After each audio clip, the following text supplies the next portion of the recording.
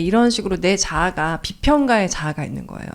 그래서 이렇게까지밖에 결과가 안 나온다고? 이렇게까지밖에 못한다고? 완벽하지 않잖아. 막 이런 식으로 혼자 막 생각을 하는 거죠. 그래서 그러면서 끊임없이 나를 괴롭혀서 막 스트레스 받고 힘들어하고.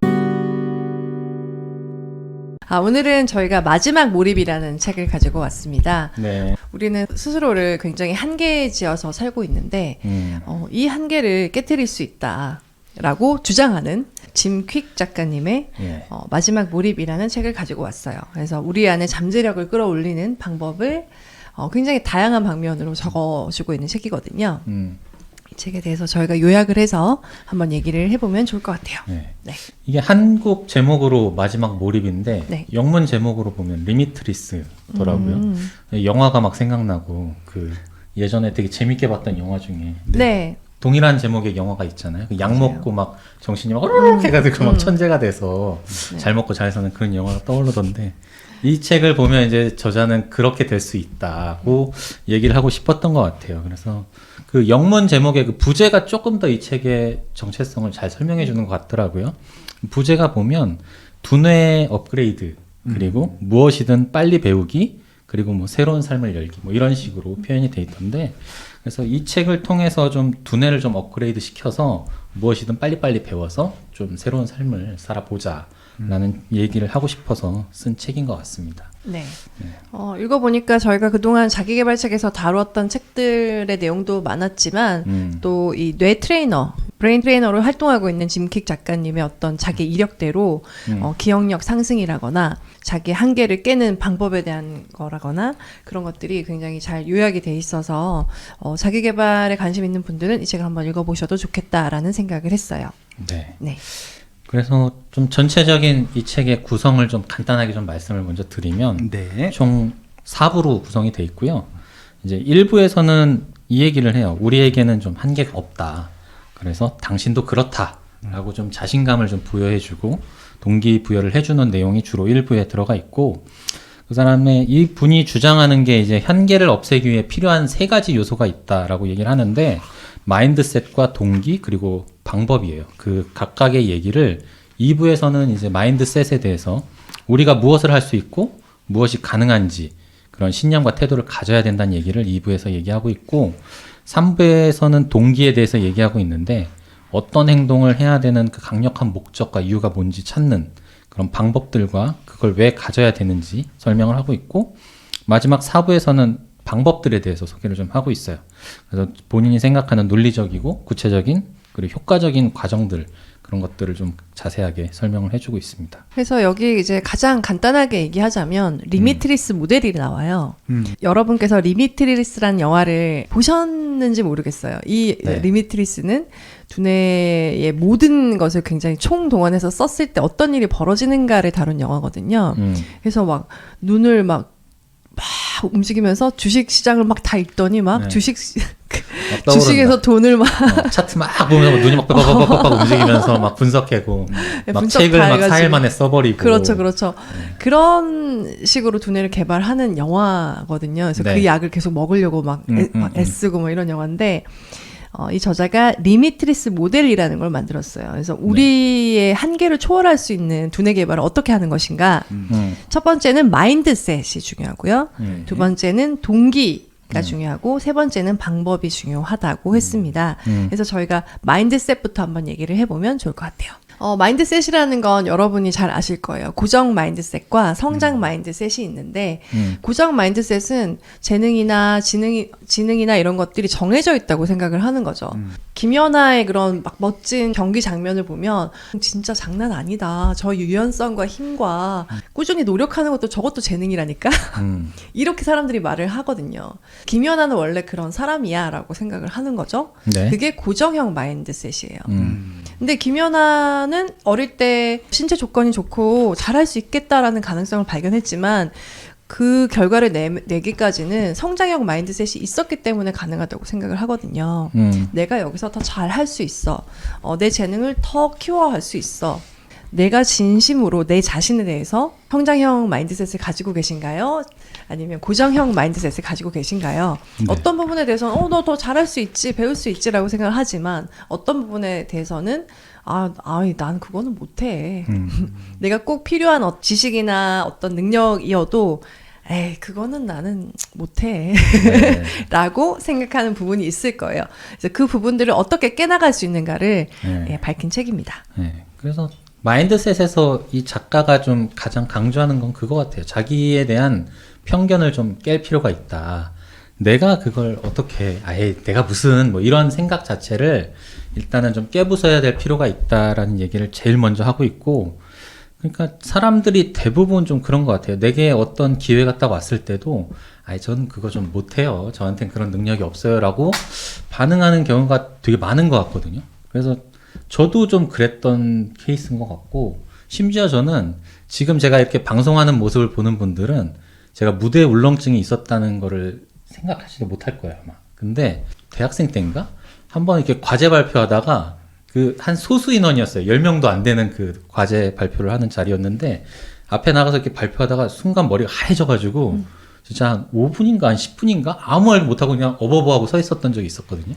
그랬던 저도 지금 막 누구 앞에서 막 강의도 하고 이렇게 막 방송 일도 하고 막 이런 거 보면 사람들은 참 모르는 거다. 어떻게 될지 모르는 거다라는 생각을 좀 제가 저를 돌이켜 보면서도 많이 하거든요. 근데 안 돼. 나는 안 돼. 라고 이렇게 지레짐작하지 마라.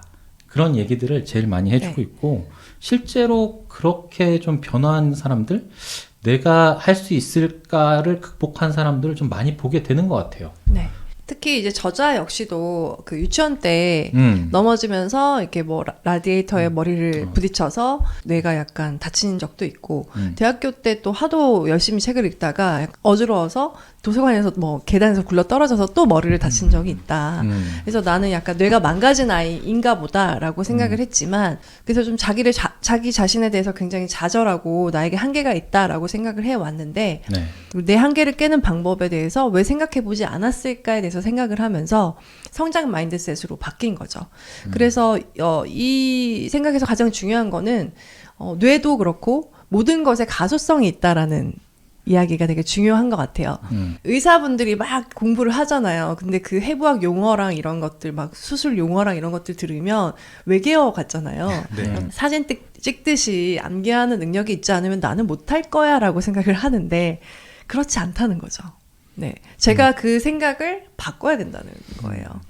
그래서 학습된 무기력이란 말이 굉장히 많이 나와요. 예를 들면 아기 코끼리를 말뚝에 메어놨어요. 근데 아기 코끼리가 그 말뚝을 아무리 벗어나려고 해도 벗어나지지 않았어요. 근데 코끼리가 성장을 하면서 굉장히 힘도 세지고 강해졌을 텐데 어릴 때 내가 이걸 벗어나려고 했는데 안 됐었다라는 학습된 무기력 때문에 그 말뚝을 벗어날 생각을 하지 못합니다.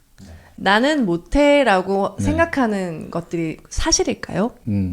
아까 드리머님이 이제 그런 발표하는 것조차도 너무나 떨리고 내가 못한다고 생각을 해왔고 사람들이 실망할 거야. 나는 조리 있게 말하지 못해. 막 이런 생각에 갇혀 있었는데 그게 사실이었는지 잠깐 멈춘 적은 있어도 결국 이어가서 준비한 내용을 다 발표를 했을 수도 있고 사람들이 막 열화와 같은 반응을 보이진 않았어도 어떤 사람에게 굉장히 도움이 되는 얘기를 했을 수도 있다는 거죠. 그래서 나는 발표를 못해라는 말이 사실인지 사실관계를 확인해보라는 말도 나오거든요. 그래서 아기 코끼리에게도 얘기하고 싶은 거죠. 이제 너는 자랐잖아. 한번 말뚝을 뽑아봐. 부실 수도 있어. 네. 그렇게 얘기를 해주는 거예요.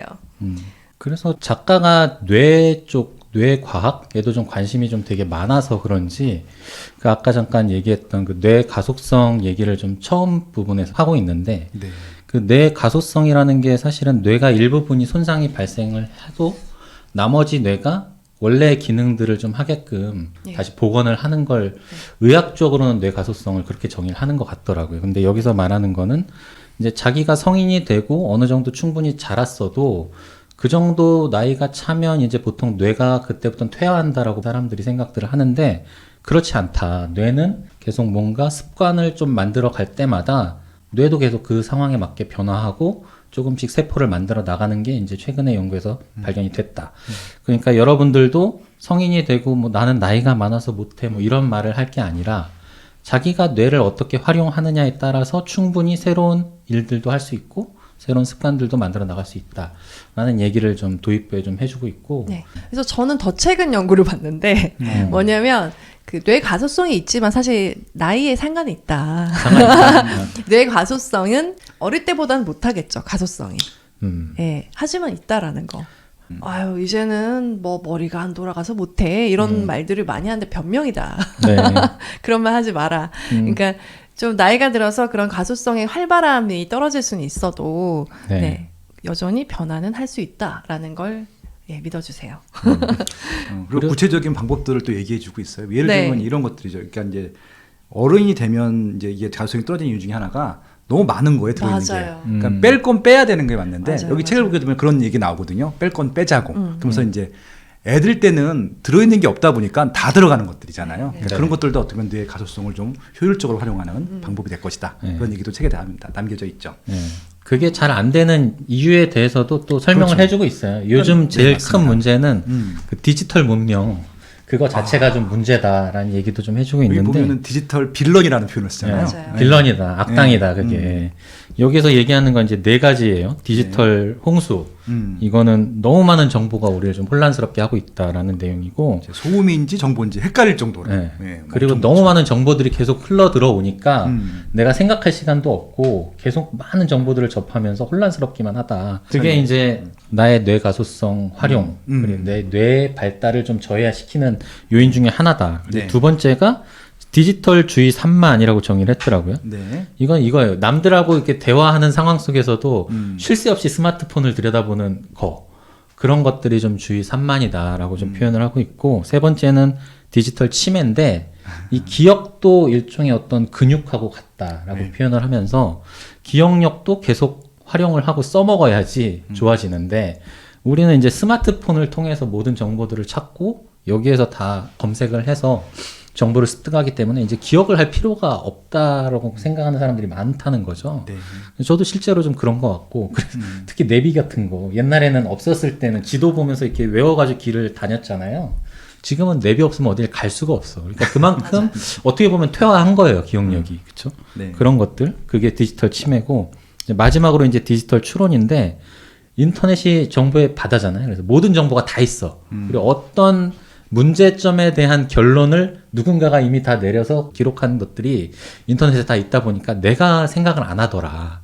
그러다 보니 디지털에게 모든 의사결정을 맡기고 내가 의사결정을 안 하는 그런 상황까지 갔다. 그래서 이런 것들이 전부 다 이제 우리의 뇌 가소성을 이제 방해하는, 저해하는 그런 것들이다. 그래서 디지털 빌런이다까지 표현을 하고 있어요. 저는 이제 이 부분이 되게 재밌었는데 네. 이게요. 역으로 말하면은 책을 거꾸로 쓰게 되면은 우리가 이렇게 편리한 세상에 살고 있다라는 그런 것도 돼요. 그렇죠. 근데 그런 것들이 실질적으로 개인의 뇌를 활용하는 데 있어서는 이제 어떻게 보면 반대 역행을 하고 있다는 것들이어서 그것들이 어떻게 보면은 반대되는 입장에서 해석할 수 있다는 것들도 재미있는 포인트 중에 하나였던 것 같아요. 그러니까요. 스마트폰이 사실 편하잖아요. 쓰고 그렇죠. 있으면. 네. 그리고 저는 이렇게 기록한다는 것 자체를 되게 좀 의미 있는 행동이라고 생각을 했거든요. 근데 달리 생각해 보니까 이 책을 읽고 보니까 아, 내가 기억하는 게 점점 힘들어서 그냥 기록으로만 하나?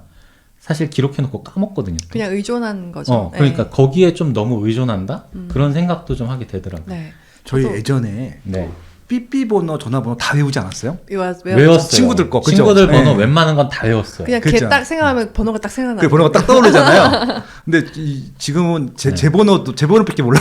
아, 근데 진짜 옛날엔 웬만한 중요한 번호들은 다 외웠잖아요. 맞아요. 심지어 주민등록번호 같은 것들은 이제 뭐 배우잖아요. 뭐 이렇게 다 외웠는데 지금은 아들 주민번호를 모르겠어요. 그래서 가끔 나 외우는데. 가끔 헷갈려. 이렇게 자주 안 쓰니까. 나의 근데 둘인데 막 이래.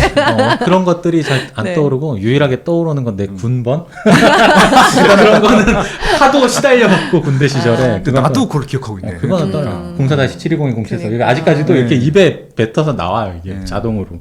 아무튼 그 정도로 기억했던 번호들을 지금은 다 까먹고 진짜 정말 소수의 몇몇 번호들만 기억하는 거 보면 아 그만큼 진짜 기억력이 안 좋아졌구나라는 생각도 좀 하게 되는 것 같아요. 그래서 책을 읽을수록 느끼는 게 아 뇌도 근육이구나 그런 생각을 되게 많이 하게 됐고 네. 그리고 그 산만함도 근육이다. 음. 그러니까 산만함도 습관이 될수록 그게 더 강력해지고 그리고 집중하고 몰입하는 것도 그런 습관을 쌓아 나갈수록 더 자동화되고 더 익숙해지고 더 쉬워진다라는 것도 굉장히 저한테 좀 큰 울림이었어요. 그래서 내가 이제 계속 왜 친구가 좀 재미없는 얘기하거나 네. 좀 지루하거나 이러면 핸드폰 바로 켜서 재밌는 거 바로 딱딱딱 해야 되고 잠깐 사이에도 뭐 만약에 파일 뭐 걸어놓고 약간 걸리면 핸드폰 딱 켜서 맞아요. 그 시간을 참을 수 없고 이런 것들이 그냥 뭐 내가 그 어떤 단순한 어떤 즐거움을 위해서 하는 거죠. 내 그냥 단순한 즐거움을 위해서 하는 건데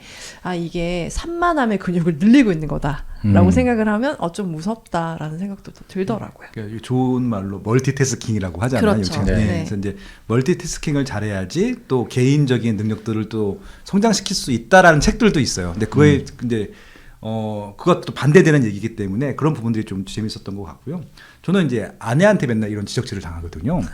밥 먹을 때 밥만 먹고 자기랑 얘기하면서 먹자고. 네네네. 예, 근데 이제 보통 이제 스마트폰이나 이제 패드 같은 거 띄워놓고 막 유튜브 보면서 먹잖아요. 맞아요. 그쵸. 예. 재밌어요. 예. 아니 되게 막 밥만 시간이 안 나잖아. 먹으면 시간 낭비하는 느낌 들고 막 설거지할 때도 뭐 들으면서 해야지 뭔가 좀 보람차고 그러니까. 내가 뭔가를 더 한 것 같고 그런 느낌적인 느낌이 있잖아요. 네네. 근데 좀 그게 또 상황마다 좀 다른 것 같긴 해요. 사실 설거지는 좀 소모적인 행동이고 뭔가 거기에서 집중해서 한다고 해서 그냥 좀 기분은 좋겠지만 아무튼 그게 상황마다 좀 다른 것 같긴 한데 여하튼 평소의 상황에서 뭔가 이렇게 내가 상대방과 대화를 하고 있거나 아니면 뭐 밥을 먹으면서 가족들과 식사를 하거나 이럴 때는 좀 집중해서 하는 게 사실은 더 이득이 많지 않나라는 생각도 하게 되는 것 같아요. 네. 그래서 저는 사실 이 책에서 제가 우리가 전에 했던 내가 틀릴 수도 있습니다를 좋아했던 이유도 저한테는 계속 저에게 부정적으로 말하는 그런 자아랄까요? 그런 빌런이 저한테 또 있는 거예요. 네네. 근데 나의 한계를 계속 정하는 그런 빌런의 말을 막아야 되는데 아까 얘기했던 학습된 무력감을 떨칠 수 있는 것도 있지만 또 천재의 유형에는 여러 가지가 있다. 우리는 보통 IQ 아까 의사분들 그렇게 막 정말 똑똑하게 공부하고 그리고 이렇게 의료를 펼치고 이런 모습만이 천재가 아니라 창의성과 아이디어로 천재성이 드러나는 뭐 셰익스피어나 그런 우리가 아는 천재들이고 오프라 윈프리처럼 다른 사람과의 상호작용에서 정말 공감도 잘하고 또 막 영혼과 정신이 소통하고 그런 분들 있잖아요. 되게 내 얘기 나누고 싶고 네네. 그런 사람도 일종의 천재다라고 얘기를 하고 있고 지금 너무나 비관적인 상황이고 누구도 좀 희망을 꿈꿀 수 없는 상황에 그래도 우린 나아갈 수 있다. 천천히 가보자라고 얘기하는 사람들 테레사 수녀나 넬슨 만델라 이런 분들도 큰 그림을 보고 자신의 길을 견제하는 능력 이것도 천재성이라고 해요. 그래서 어떤 분들은 나는 그냥 뭐 꾸준히 하는 건 그냥 해. 막 이렇게 얘기를 해요. 근데 천재야. 저한테는 그게 저렇게 쉽게 얘기할 건가? 저건 좀 대단한 능력인 것 같은데 근데 그 사람 그냥 나는 뭐 매일 하는 거 그냥 꾸준히 하는 건 해 이렇게 하는 사람도 있거든요.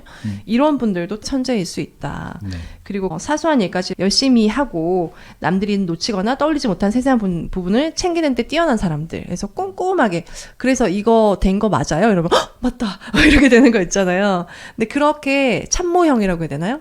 이렇게 뒤에서 꼼꼼하게 잘 되어가고 있는지 챙기는 거 이런 것도 천재성이다. 그래서 뭐 노래를 잘하는 것도 천재성일 수 있고요. 그러니까 나에게도 천재성이 있다라는 거를 생각을 해보시고 그리고 이게 하나뿐만 아니라 여러 개가 융합돼서 나에게 나타날 수도 있고 그러니까 나는 좀 뭐 뛰어나게 뭐 그런 사람은 아니야 뭐 이렇게 생각하지 마시고 나에게도 천재성이 있다라고 생각해 보시면 나의 한계를 초월하는 데 도움이 될 것 같고요. 나는 천재성이 있다라는 내용이잖아요. 그 책의 내용을 지금 로사님이 말씀해 주신 건데 저도 거기가 좀 재밌어서 좀 봤던 것 중에 하나가 그 IQ 사람들이 대부분 이렇게 보통 천재라고 부르는 사람들은 다 머리가 좋다 뭐 IQ가 높다 이렇게 좀 생각하는 경향들이 있다라고 하는데 사실 이제 그렇지 않다라는 게 이제 작가의 주장이고 그래서 갑자기 든 생각이 그럼 IQ 검사가 뭔 의미를 갖고 있는가 이게 좀 궁금해지더라고요. 그래서 좀 찾아봤어요. IQ 검사에서 나온 그 수치 있잖아요. 그게 이제 뭐 100이다, 뭐 120이다, 140이다, 뭐 이렇게 얘기는 하는데 그게 어떤 의미를 갖고 있는가, 어떻게 도출된 숫자인가 혹시 아세요? 평균 대비 뭐 그런 건가요? 모르겠는데요. 맞아요, 맞아요. 네. 그러니까 그 IQ 그 검사를 과거에 했던 사람들이 있을 거 아니에요? 그 사람들의 평균치를 100으로 놓은 거예요.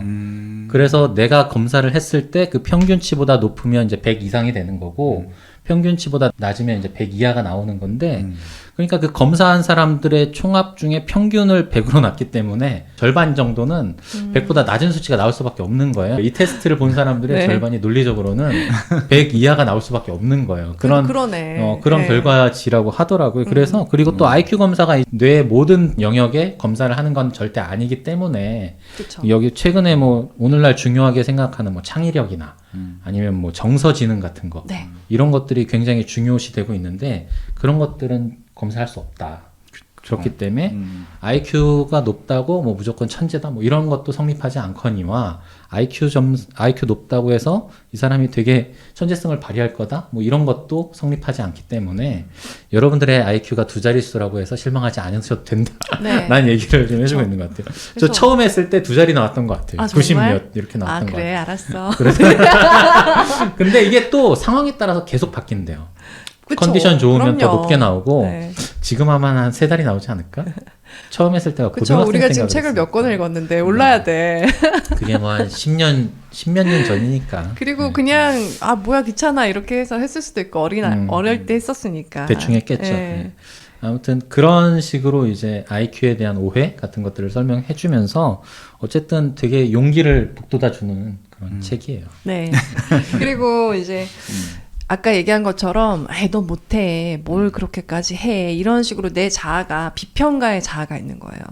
그래서 뭐 이렇게까지밖에 결과가 안 나온다고? 이렇게까지밖에 못한다고? 완벽하지 않잖아. 막 이런 식으로 혼자 막 생각을 하는 거죠. 그래서 그러면서 끊임없이 나를 괴롭혀서 막 스트레스 받고 힘들어하고 제가 좀 그렇게 많이 지내왔거든요. 네, 딱 네. 노사님이네. 그러니까. 비평자. 네. 그래서 친구들이 특히 너는 자책하지 마. 네 자책은 다 믿지 마. 나한테 말하지 마. 막 그런 식으로 얘기할 정도로 자책의 좀 아이콘? 막 네. 이런 식으로 좀 지내왔는데 저자가 이런 팁을 주더라고요.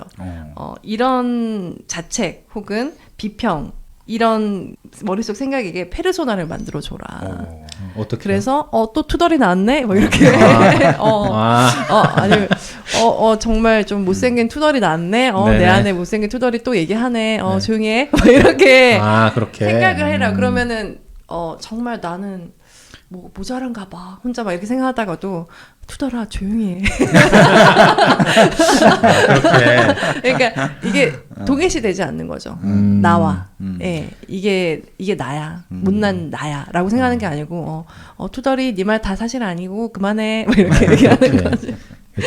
네, 그래서 이런 것도 되게 재밌었던 것 같아요. 되게 좋은 방법인 것 같아요. 저도 제 안에 좀 게으름뱅이가 하나 있거든요.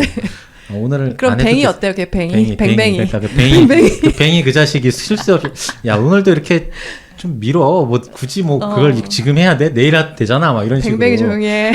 뱅뱅이 조용해 오늘 할 건 좀 하자 막 이렇게 좀 싸워야 될 필요가 있을 텐데 그러니까 뱅뱅이 자주 져요 뱅뱅이한테. 뱅뱅이 후회할 소리 하지 마. 네, 아무튼 그렇게 좀 뭔가 분리해서 생각해내면 왠지 계속 그게 나라고 생각하면 좀 점점 나에 대해서 네. 자책하게 되고 자존감도 좀 떨어지고 내가 좀 싫어질 때가 있는 것 같은데 분리해서 생각하는 건 괜찮네. 그리고 이제 계속 네. 자기에게 용기를 주는 거죠. 그래서 책에 나오는 예시는 나는 중요한 순간이 되면 항상 일을 망쳐. 뭐 100% 못해. 이렇게 얘기를 계속 내면이 하는 거에서 또 중요한 순간이 왔어. 나는 또 잘 못하겠지? 라고 생각을 하는 거죠. 근데 그럴 때 어떻게 중요한 순간에 사람이 100%를 어떻게 항상 할 수가 있어? 그거 말이 안 되는 거잖아. 네 기대가 너무 컸던 건 아닐까? 그때 그냥 너가 중요한 순간에 최선을 다했다는 것에 좀 응원을 주자 스스로에게 이렇게 생각을 하는 거죠. 그런 건 제가 잘하는 것 같아요. 이걸 너 참 전문 용어로 정신승리라고. 그런 건 내가 잘해. 그래서 그렇게 큰 스트레스가 없어. 목표에 대해, 결과치에 대한 큰 스트레스가 없으면 이렇게 자신을 조금은 더 좋아하게 되는 것 같긴 해요.